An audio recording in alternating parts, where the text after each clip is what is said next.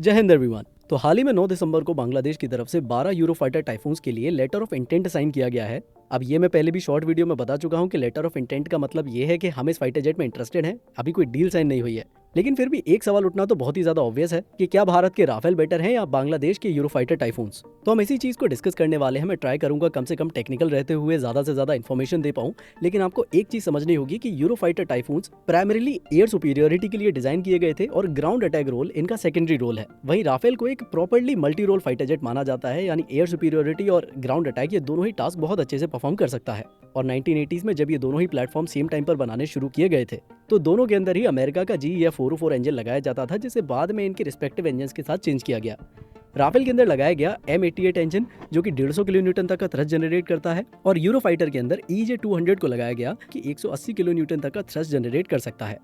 और इसीलिए आपको यूरोफाइटर की स्पीड मैक 2 देखने को मिलेगी, वहीं राफेल की स्पीड 1.8 मैक बताई जाती है। सर्विस सीलिंग की बात करें तो यूरोफाइटर 60,000 फुट की सर्विस सीलिंग को अचीव कर सकता है, वहीं राफेल मैक्स 50,000 फुट की सर्विस सीलिंग को अचीव कर सकता है। और थ्रस्ट टू वेट रेशियो भी देखा जाए तो यूरोफाइटर टाइफून का काफी बेटर है, लेकिन कई जगह पर मनूवरेबिलिटी में राफेल को बेटर बताया जाता है और कई जगह यूरोफाइटर को। अब अगर रडार की बात करें तो यूरोफाइटर के अंदर कैप्टर ई रडार लगा हुआ है जो कि साइज में थोड़ा सा बड़ा है राफेल के रडार से, इसलिए ज्यादा रेंज प्रोवाइड करता है। और नेचर वाइज क्योंकि यूरोफाइटर एक एयर सुपीरियोरिटी फाइटर जेट है तो ये चीज सेंस भी बनाती है। वहीं राफेल का रडार RB-E2 अपनी कैटेगरी का one of the best radar है, हालांकि कंपैरेटिवली साइज में थोड़ा सा छोटा है, लेकिन इस चीज की भरपाई राफेल के बाकी सारे इलेक्ट्रॉनिक काउंटर मेजर्स कर देते हैं। और अगर वेपन पैकेज की बात करें तो राफेल के साथ जो वेपन पैकेज ऑफर किया जाता है वो काफी वास्ट और काफी इंप्रेसिव है, जिसमें आपको मीटियोर, स्कैल्प, हैमर जैसे वेपन्स देखने को मिल जाते हैं जो कि अपने आप को वॉर में भी प्रूव कर चुके हैं। अब यूरोफाइटर टाइफून के साथ भी काफी अच्छा वेपन पैकेज ऑफर किया जाता है। कई जगह पर दोनों ही फाइटर जेट में सेम वेपन्स भी देखने को मिलते हैं, लेकिन फिर भी कंपैरिजन किया जाए तो राफेल का वेपन पैकेज आपको बेटर दिखाई पड़ेगा। लेकिन इससे भी ज्यादा जो जरूरी चीज है वो है कीमत। अब देखो, राफेल की ओपन सोर्स में जो कीमत बताई जाती है वो पर फाइटर जेट 100 से 120 मिलियन पर जेट बताई जाती है,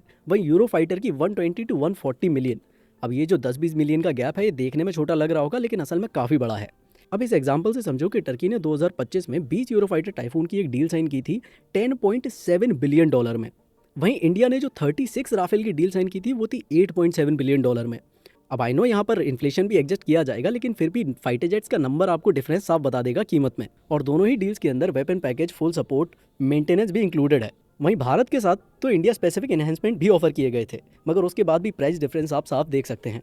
और यही वजह है कि बांग्लादेश की तरफ से 12 फाइटर जेट्स का लेटर ऑफ इंटेंट साइन किया गया है, क्योंकि भाई साहब ये बहुत महंगा है। अब इसी के साथ I hope I was able to clear my point. Thank you so much. जय हिंद।